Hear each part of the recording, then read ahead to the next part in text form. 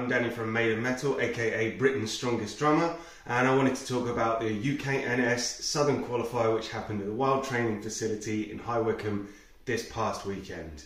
I'm going to be talking through my personal experience as an athlete and highlighting the effort of some of the guys and girls that were competing there. As with the previous video, I'm going to be concentrating on the under 80 men's category. As I say, that's the category that I compete in. Some outstanding performances on the day, especially a couple of guys I spoke to said it was basically their first competition, or at least they were very new to competing. I know there was one guy, I'm sorry I didn't catch your name, before the deadlift. He said he was hoping for 2 reps, ended up getting 4. It's just the magic of competition day, that adrenaline and everybody cheering for everybody else. It's a good atmosphere. The top 3 from the under 80 men's category that will be going on to the UKNS final in Edinburgh later this year are Andrew Keys, who came first, Matthew Neese, and Hugh Hartnett. First to second place was decided by a tiebreaker, which was a dead hang. Both guys, I think by that point in the day, just wanted to be done, but they didn't half-ass the dead hang. Andrew ended up winning, but Matt, you could see, was giving it everything he got. So as for the events themselves, the first event was the overhead medley, 85 kilogram axle into an 85 kilogram log, back and forth, as many reps as you can do in 75 seconds. While we were warming up, no one really liked the log. It was a heavy log. It was a longer log than I'm used to training with. I overheard someone later in the day saying that strongmen always complain about logs at competitions, and I have to hold my hand up and say I am very guilty of that. Ash Lappage was one of the first up. He smashed the axle, had some trouble with the log. I don't think it helped that the platform that we were lifting on was on a bit of a slope. I mean, it was ever so slight, but it was enough to make the axle actually roll away from you potentially, so we needed to rig up some chocks to stop that from happening. Matt put in a great performance as expected. He was head to head against Dean, who unfortunately had his first rep disallowed for not waiting for the down command, so I think that might have knocked his confidence a little bit. I know he's capable of so much more than he actually did on that event. Andrew also put in a great performance on the overhead, matching Matt rep for rep. I think was this close to beating him, but couldn't lock out before the time ran out. Deadlift was next, and this was one man's event. 190 kilograms on the barbell, 60-second time limit for this. Hugh Hartnett, 18 reps. Unbelievable performance. I believe the next best was about 13 or 14 reps. Tremendous. I think that was the event that made everybody sort of perk up and think, oh, hello, who's this? Then it was the yoke into farmers, a 260 kilogram yoke, run 15 meters into farmers carry, 100 kilograms each hand for time. Again, tremendous performances from just about everyone here. I know lots of people were a bit worried about the yoke. I didn't see too many drops, which is always good to see. Good to see Matt and Andrew going head to head on this.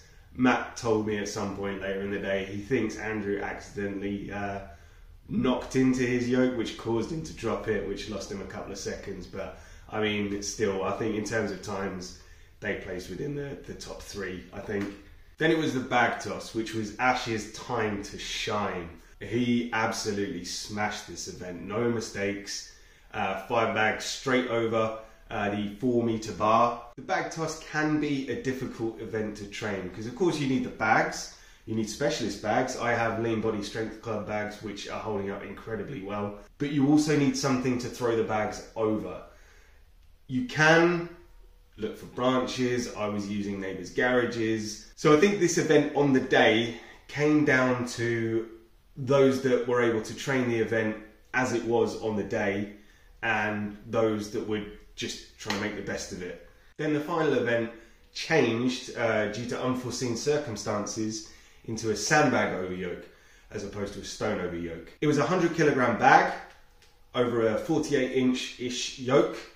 75 seconds was the limit, I believe. Again, tremendous performances all round. By this point of the day, I think we were up to about 3:30, 4 p.m.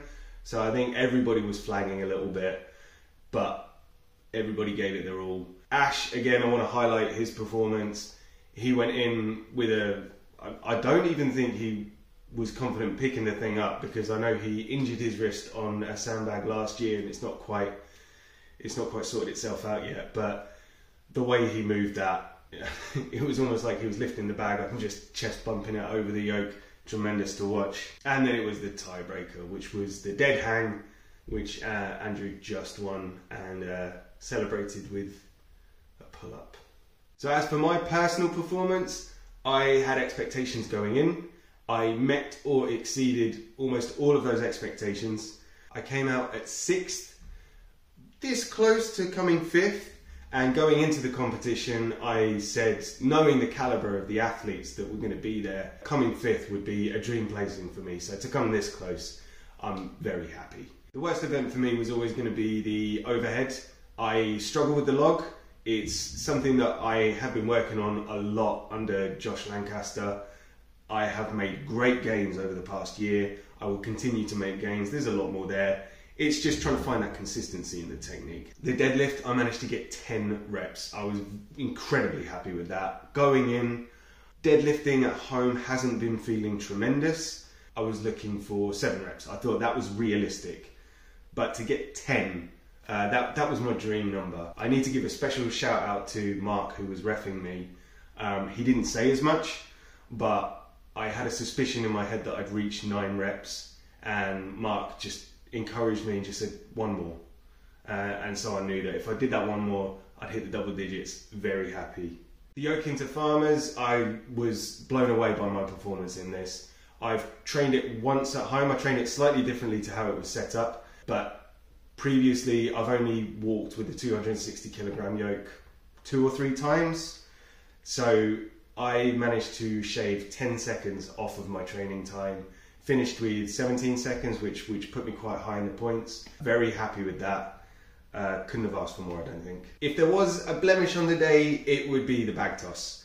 I was inconsistent at best. I only got 4 out of the 5 required reps. However, my second got stuck on top of the bar, so I lost about 10 seconds while one of the guys was trying to get the bag down. Could I have got the 5th rep if I had those extra 10 seconds? Maybe. We'll never know. And the sandbag over yoke, I got 6 reps.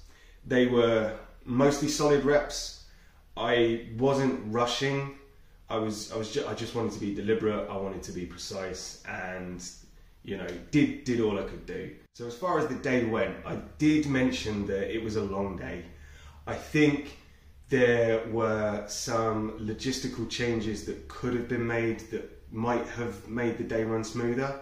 I need to just say I'm speaking as an athlete. I've never organised or run a competition myself, so I don't know what was going on that side of things. I think things really slowed to a crawl when it came to the yoke into farmers. It was good that the organisers arranged a head-to-head.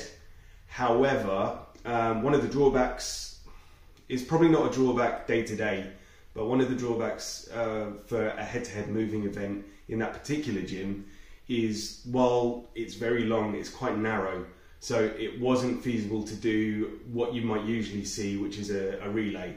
So yoke 15 meters, you've got the farmers there, you pick the farmers up, run the farmers back. So instead what they did was run the yoke 15 meters, then into the farmers for another 15 meters. I think what might have helped, because the slowdown came with the reset.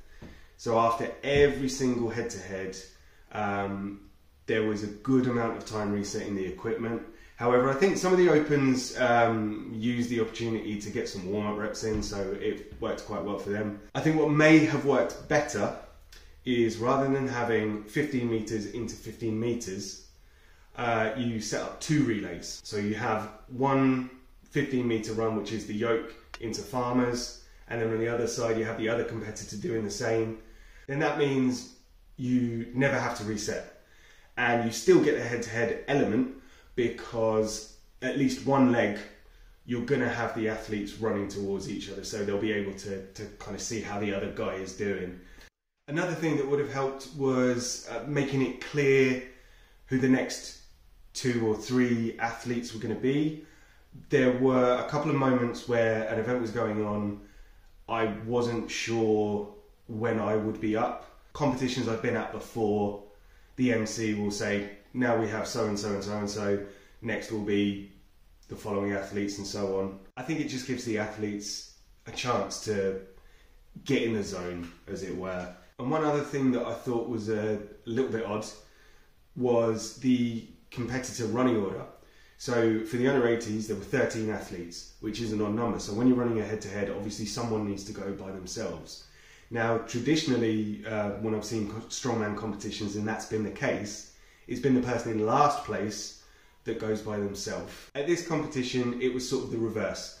So the person in first place ended up going by themselves. There's nothing inherently wrong with that, but I think it serves as motivation to stay out of last place if you know that you're going to be competing against somebody else. That being said, the last minute event change, I understand why they did it. There was a power cut in the tunnel, so it was plunged into darkness. It wasn't completely dark, but I understand why they wanted to change the event. So they moved the event outside where it was nice and sunny and did the best they could. So I'm under the impression that the stone over yoke would have been head to head. I think they did have doubles of each stone weight. But with the sandbags, I think they only had one of each weight. So I think it was, off the top of my head, 60, 80, 100 and 120 kilograms. What they did, I think they made the best of the situation that was presented to them. They did still manage a head-to-head element, whereby while the under 80s were going with the 100 kilogram bag, the under 64 ladies were going, and so there were still two competitors, which did help speed things up a little bit. As I mentioned, by this time, I think everybody was starting to get a little bit tired.